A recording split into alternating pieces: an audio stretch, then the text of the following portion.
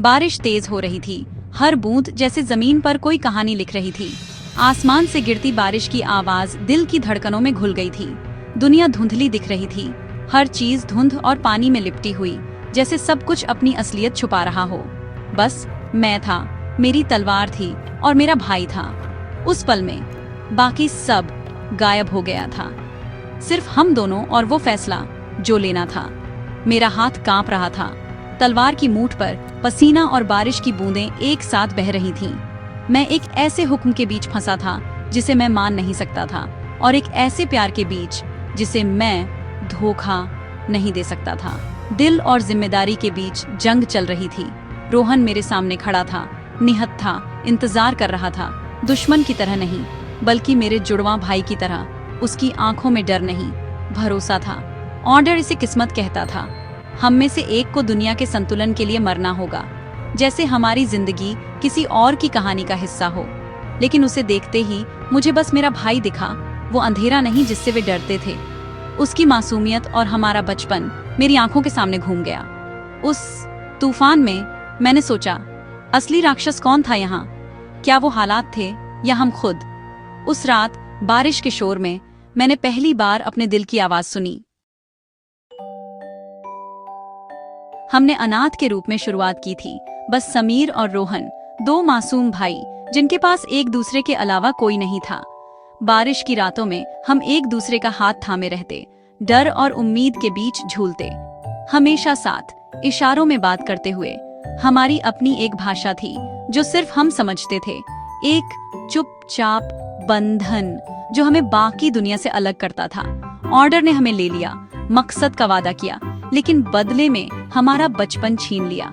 नए नियम, अनजान चेहरे और हर कोने में सख्ती थी। ट्रेनिंग बहुत मुश्किल थी, प्यार मना था, लेकिन हमारा रिश्ता बना रहा। हम एक दूसरे की ताकत बन गए, हर दर्द को मिलकर सहा। हमने छोटे मोटे तरीकों से बगावत की, कभी छुपकर हंसना, कभी चोरी से मिठाई खाना, आधी रात की बातचीत, आजादी के सपने और चांदनी में खिड़की से बाहर झांकना। ये सब हमारे छोटे छोटे पल थे। चोरी छिपे उकेरे गए शुरुआती अक्षर दीवारों पर हमारे होने का सबूत थे। हमारी पहचान जो कोई छीन नहीं सकता था। ऑर्डर ने हमें एक दूसरे के खिलाफ करने की कोशिश की, लेकिन हर सजा ने हमें और मजबूत बनाया। हर बार जब हमें अलग किया गया, हम और करीब आ गए। उन्होंने हमारी एकता को खतरा और हमारे प्यार को बगावत समझा। उनके लिए हम नियम तोड़ने वाले थे, लेकिन हमारे लिए हम बस भाई थे। हम दो शरीरों में एक जान थे, और यही हमारा सबसे बड़ा गुनाह था, एक दूसरे के लिए जीना, हर हाल में साथ रहना। 16 साल की उम्र में हेडमास्टर ने ऐलान किया, हम में से एक रोशनी था, दूसरा अंधेरा। उन्होंने रोहन की हमदर्दी को बुराई का सबूत बना दिया, मेरे दिमाग को शक से भर दिया। टेस्ट क्रूर थे, हमें अलग करने के लिए बनाए गए थे। रोहन ने मुझे भागने की भीख मांगी, लेकिन डर ने मुझे रोके रखा। गार्ड अंदर आ गए, उसे घसीट कर ले गए। मेरी हिचकिचाहट ने हमारी किस्मत तय कर दी। ऑर्डर ने हमारे रिश्ते को उसके भ्रष्टाचार का सबूत बताया। उस रात हमें अलग कर दिया गया। अब तूफान में मैं अपने भाई के सामने था, और हमारे बीच मौत की सजा थी, एक अनकहा डर भी। रोहन घुटनों के बल बैठ गया, उसकी आंखों में आंसू और चेहरे पर थकान थी। उसने मुझसे इसे खत्म करने को कहा, उसकी पसंद ऑर्डर की नहीं। उस पल में मुझे पहली बार उसकी असली मजबूरी और दर्द समझ आया। बारिश की बूंदें हमारे चारों ओर गिर रही थीं, जैसे आसमान भी हमारे फैसले का गवाह बन गया हो। मैंने अपनी तलवार गिरा दी। हम चलते हैं साथ में अभी। मेरे शब्दों में डर भी था और उम्मीद भी। हम दोनों ने एक दूसरे की तरफ देखा, जैसे पहली बार भरोसा किया हो। उम्मीद जगी, लेकिन तभी अंधेरे से सिपाही निकल आए। उनकी आंखों में नफरत और डर दोनों झलक रहे थे। हमें घेर लिया गया था, जैसे भागने का कोई रास्ता ही नहीं बचा। हेडमास्टर का फैसला, मैं नाकाम हो गया था, अंधेरा जीत गया था।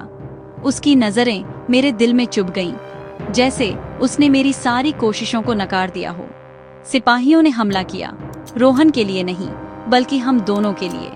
अब ये लड़ाई सिर्फ एक इंसान की नहीं, बल्कि दो भाइयों की थी, जो अपनी किस्मत बदलना चाहते थे।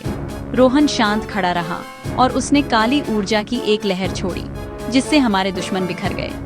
उसकी शक्ति देखकर सब सहम गए, जैसे किसी प्राचीन रहस्य ने खुद को प्रकट कर दिया हो। उससे शक्ति निकली, पुरानी, कच्ची, डरावनी। उसकी आंखों में अब डर नहीं, बल्कि एक नई आग थी जो सब कुछ बदलने को तैयार थी। तूफान और तेज हो गया, जमीन फट गई और ऑर्डर डर गया। बिजली की चमक में सबके चेहरे साफ दिख रहे थे, डर, हैरानी और हार। रोहन की आवाज गूंजी। उन्होंने मुझे भविष्यवाणी की वजह से बुरा नहीं बताया, उन्होंने मुझे इसलिए बताया क्योंकि वे डरे हुए थे। उसकी आवाज में अब मजबूती थी, जैसे वो अपने सच को पूरी दुनिया के सामने रख रहा हो। असली तूफान अभी शुरू ही हुआ था। अब सब कुछ बदलने वाला था, न सिर्फ हमारे लिए बल्कि पूरी दुनिया के लिए।